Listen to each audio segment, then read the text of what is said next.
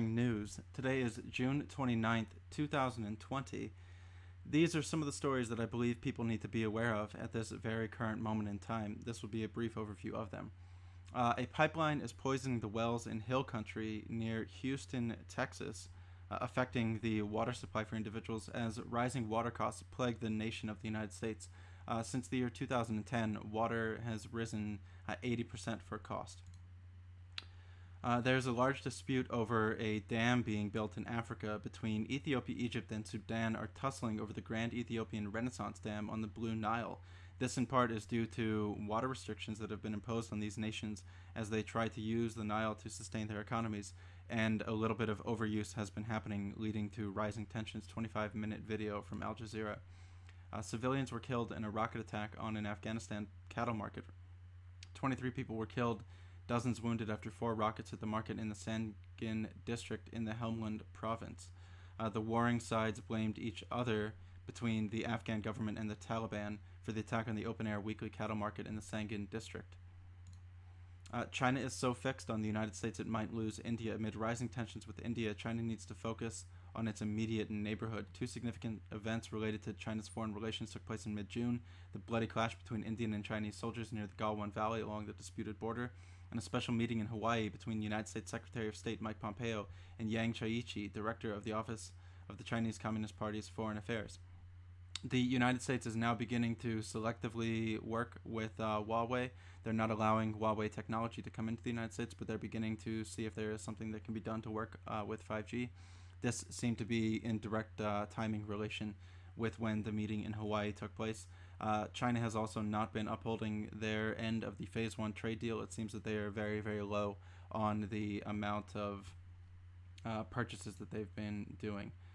Now it is decision time for New Delhi in the India-China tensions. Modi's government can no longer ignore China's encroachments. So what are their options? Quick rundown of what's happening. There is a disputed region called the LIC in Ladakh in between China and India. Chinese forces seem to have been amassing and encroaching into the LIC, potentially up to 10 extra kilometers, as well as moving in tanks and having multiple different skirmishes. The two militaries remain poised eyeball to eyeball in Ladakh in the high-altitude desert, which China claims control of. Palestine and Israel mapping and annexation.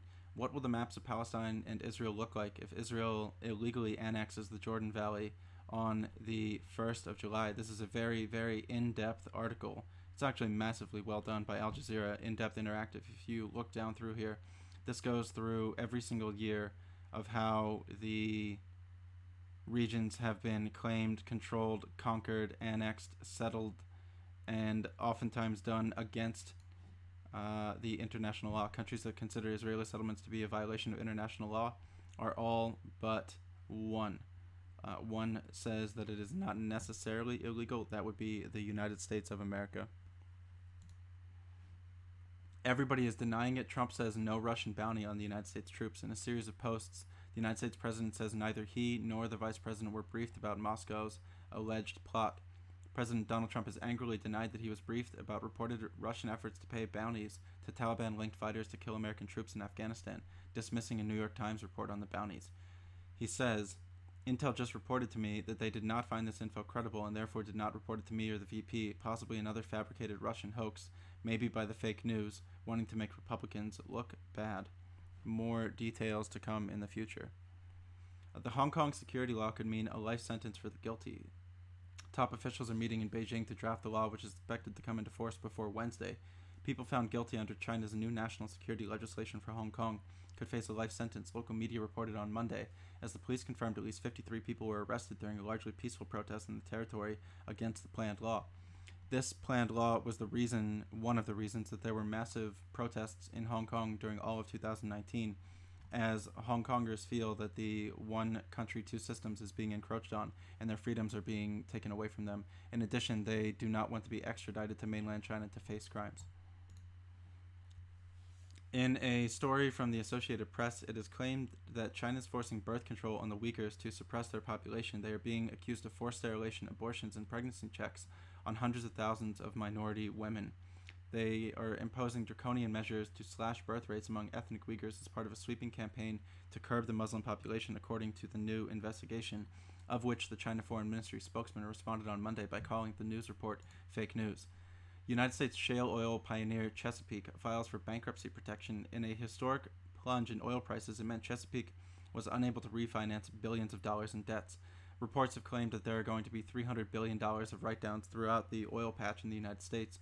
Chesapeake Energy was one of the largest companies engaging in hydraulic fracking. Chesapeake Energy Corporation has filed for Chapter 11 bankruptcy, becoming the largest United States oil and gas producer to do so in recent years, as it bowed to heavy debts and the impact of the coronavirus outbreak on energy markets. The filing on Sunday marks an end of an era for the Oklahoma City-based shale pioneer, and it comes after months of negotiations with the creditors. Australia's Green Revival group calls for more clean energy jobs. A lobbying group sets out a plan to create 1 million renewable energy jobs to help the economy recover from the coronavirus. The plan by Beyond Zero Emissions involves fast-tracking renewable power plants, improving energy infrastructure, and using an abundance of cheap wind and solar to power a renaissance in Australian manufacturing. Australia lost more than 800,000 jobs in April and May because of restrictions to stem the pandemic. Tribes, a middleman, and 2 palm oil giants. 101 East investigates how swaths of pristine Indonesian rainforest were bought for just $5 a hectare. If anybody has been following what's been happening in Indonesia, a lot of the forests have been burnt down in order to develop palm oil plants, which is leading to further exacerbation of climate problems, and it's helping the hyper-materialist, hyper-consumption people in the Western world continue their living styles at the behest and detriment of the lungs of the planet, the residents of the nations, and the safety and ability for us to have a sustainable planet in future. Iran is issuing an arrest warrant for Donald Trump and asks Interpol to help. The United States killed General Soleimani and others in a January drone attack near the Baghdad International Airport. Iran has issued an arrest warrant and asked Interpol for help in detaining U.S. President Donald Trump and dozens of others it believes carried out the drone strike that helped kill a top Iranian general in Baghdad. Tehran prosecutor Ali Al-Qawasi Mehir said on Monday that Trump, along with more than 30 others Iran accuses of involvement in the January 3rd attack that killed General Qasem Soleimani, face murder and terrorism charges, the semi-official ISNA news agency reported. Libya's Haftar forces mobilized mercenaries for the Sirte battle. As preparations for the battle for Sirte intensified, thousands of foreign fighters are on the way to the key city. As the eastern-based forces allied with renegade Libyan military commander Khalifa Haftar have sent thousands of foreign mercenaries to the fight, local sources from the city of Kufra in southeastern Libya told Al Jazeera that numerous convoys of foreign fighters on Sunday passed through the city of Ajibaya, which is located between Benghazi and Sirte. We could be feeling this for the next decade as the virus hits college towns. Opening bars and bringing back football teams have led to new outbreaks. Communities that evolved around campuses face potentially existential losses in population, jobs, and revenue. To tell a story of where I went to university, I went to Penn State University in State College, Pennsylvania. Town population 120,000 people, student population of 42,000 people, a seating capacity of the football stadium 110,000 people. And from my working in bars and restaurants during my time of going to college there, the bars and restaurants made a majority and lion's share of their profits during the sporting season, when hundreds of thousands, if not 500,000 people would flock to the town. So one thing that I have very much worried for is all of these college towns that have built up. They were supposedly to have bubble-proof economies. However, these bubble-proof economies did not expect a pandemic to come. How cities are trying to avert gridlock after coronavirus lockdowns. Officials are trying to prevent a return to urban gridlock and pollution as residents begin to once again travel. Some of the cities are looking at adding more bike lanes, reducing the amount of traffic there could be, taking some streets and making them actually no traffic streets to boost foot traffic and consumer business there. A historic heat wave roasts Siberia. Wildfires are spreading. The mosquitoes are ravenous. People are shielding their windows from the midnight sun with foil and blankets. Last week, the temperature in the area hit 88 degrees, and they used to ride snowmobiles in June. Some of the temperatures have risen over 100 degrees Fahrenheit. None of these figures that I will be giving are being given in Celsius. This is exacerbating the permafrost melting. As the permafrost melts, more methane is released. As more methane released, this continues to exacerbate the catastrophic and cataclysmic climate effect changes that are taking place. Coronavirus is battering Africa's growing middle class. From Kenya to Nigeria, South Africa to Rwanda, the pandemic is decimating the livelihoods of the once stable workers who are helping drive Africa's economic expansion.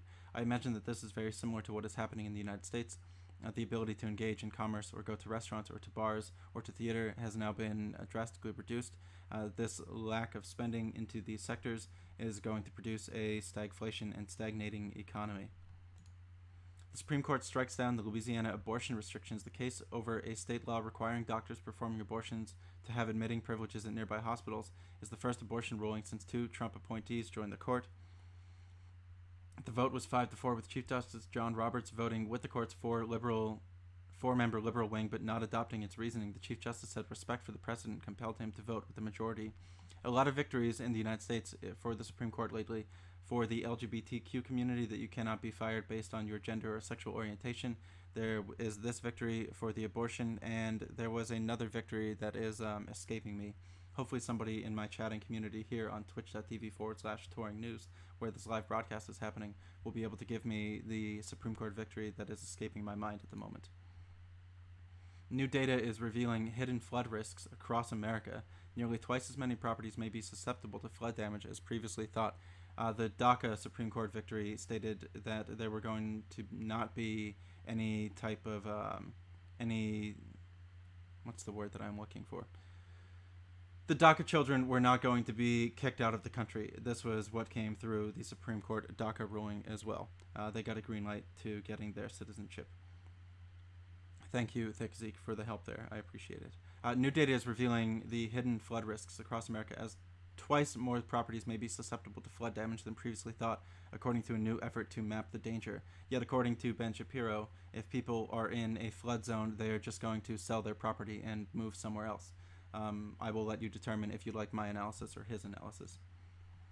Spies and commandos warned months ago of the Russian bounties on the U.S. troops. This is the original New York Times document that was released, supposedly dealing with the bounties that were given to the Taliban from the Russian government.